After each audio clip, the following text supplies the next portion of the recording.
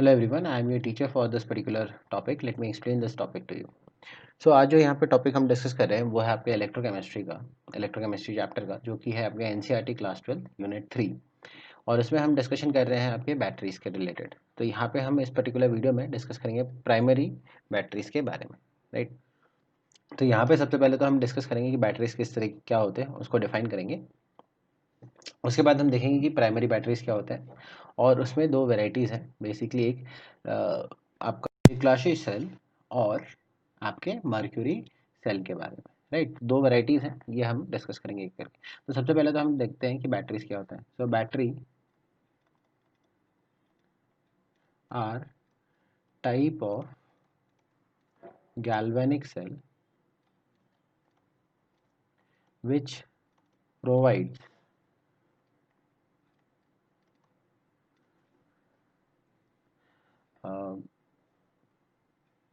electrical energy from a spontaneous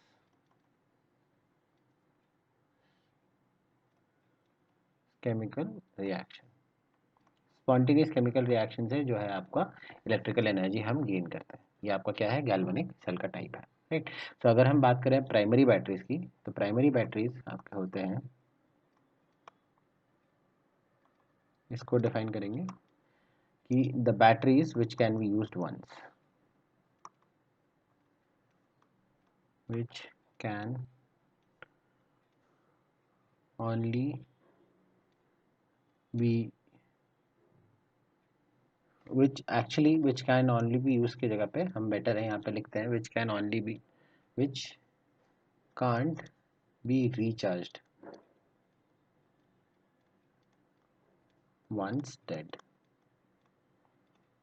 तो एक बार अगर आपने पूरा का पूरा यूज़ कर लिया तो आप उसको वापस से रिचार्ज करके यूज़ नहीं कर सकते हैं। वो आपके क्या होता है, प्राइमरी बैटरीज।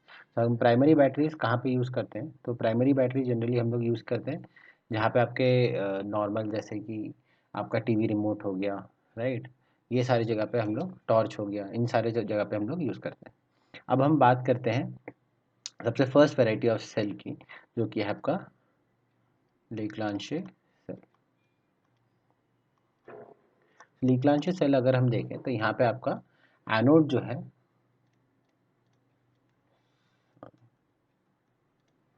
एनोड का रिएक्शन देखेंगे, फिर हम देखेंगे इसके कैथोड का रिएक्शन, राइट।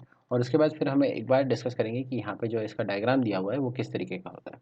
तो यहाँ पे अगर हमने देखा तो यहाँ पे जो आपका एनोड है, एनोड जो है आपका है Zn, राइट, जिंक, जो कि आपके सॉलिड फेज में प्रेजेंट है, और जो है कंटिन्यूसली आपका Zn2 प्लस 2 इलेक्ट्रॉन्स जो है रिलीज आउट करेगा।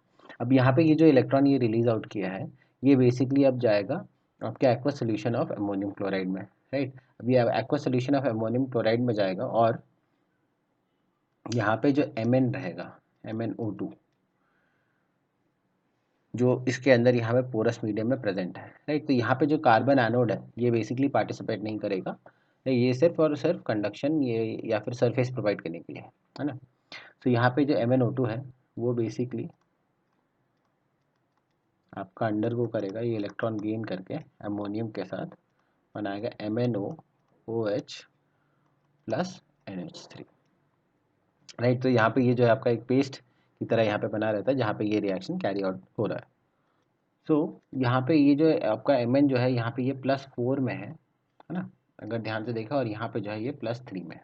तो यहाँ बेसिकली यहाँ पे इसने एक इलेक्ट्रॉन गेन कर लिया है। तो ये आपके एनोड और कैथोड के रिएक्शंस हो गए हैं।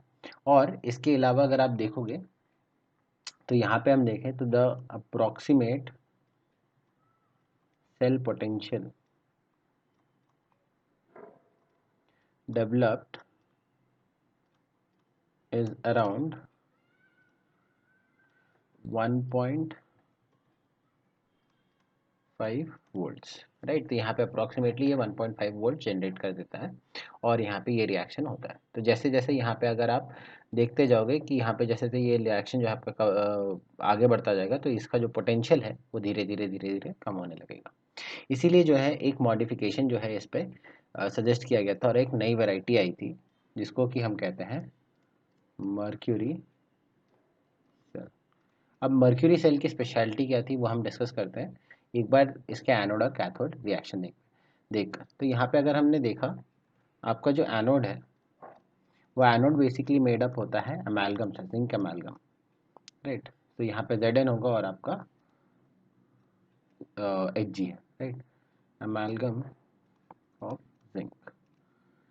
अच्छा, और इसमें जो है आपका जो कैथोड होगा, राइट, सो कैथोड में आपका होगा बना हुआ कार्बन एंड मर्क्यूरी ऑक्साइड से, राइट, HgO। ये दो आपके जो है एनोड और कैथोड हो गए। अब अगर रिएक्शन देखें हम लोग, रिएक्शन में, अच्छा इसके अलावा एक और चीज़ है यहाँ पे इलेक्ट्रोलाइट। तो यहाँ पे इलेक्ट्रोलाइट जो आपका स्पेशल है, यहाँ इलेक्ट्रोलाइट हम यूज़ करते हैं आपका KOH प्लस ZnO का, जिंक ऑक्साइड, ठीक है। यहाँ पे एनोड का रिएक्शन अगर हमें देखना है तो ये होगा आपका ZnHg, राइट, अमेलगम है क्योंकि, plus 2OH minus gives out ZnO, मैं नीचे लिख लेते हैं,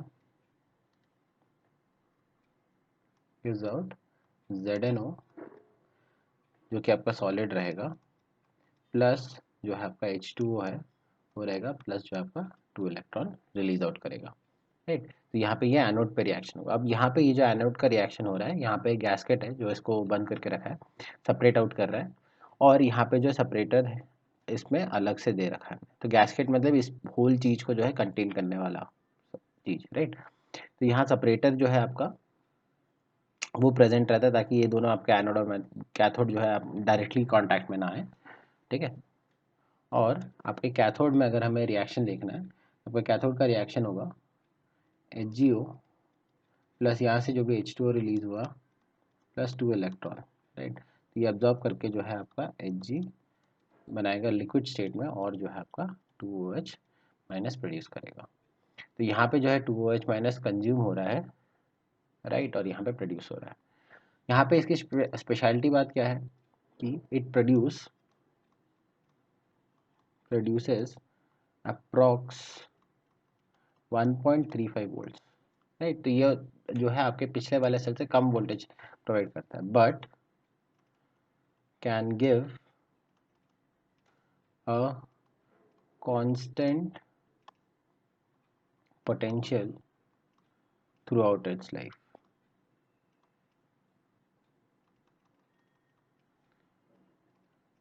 तो ये जितना भी आपका, जब तक भी आप इसको यूज़ कर रहे हो तो यहाँ पे जो है कांस्टेंट वोल्टेज देगा। तो ये आपका एक्चुअली यूज़ होता है आपके क्लॉक्स वगैरह में। तो यहाँ लिख लेते हैं, it is extensively used in wrist watches, right, and hearing aids, right।